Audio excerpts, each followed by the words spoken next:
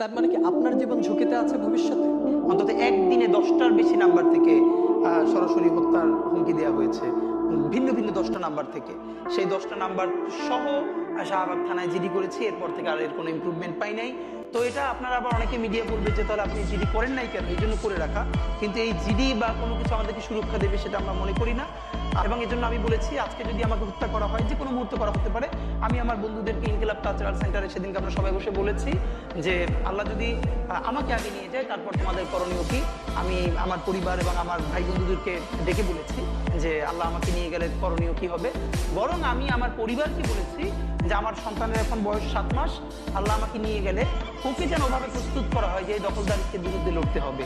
আল্লাহ ওকে যদি বড় করে ওর সন্তানও দখলদারিত্বের বিরুদ্ধে লড়বে, এই স্পিরিট যেন ওকে দেওয়া হয়, এটা আমি আমার পরিবারকে বলেছি। সে আছে আর একটা মজার ব্যাপার হলো যে আমি যখন ইনসাফের লড়াই করি তখন তো সেখানে পরাজয়ের কিছু নেই। আমি বেঁচে থাকলে আমি গাজী হিসেবে লড়বো, আমি মরে গেলে শহীদ হয়ে আল্লাহর কাছে চলে যাব। আর আমাদের এই লড়াই তো হার জিতের কিছু, আমরা জিতের উপরেই আছি। আমাদের জীবন বেঁচে থাকলেও জিত, আমাদের জীবন চলে গেলেও জিত। আপনার একটু হারানোর কিছু ছিল না, সুতরাং লড়াই চলবে।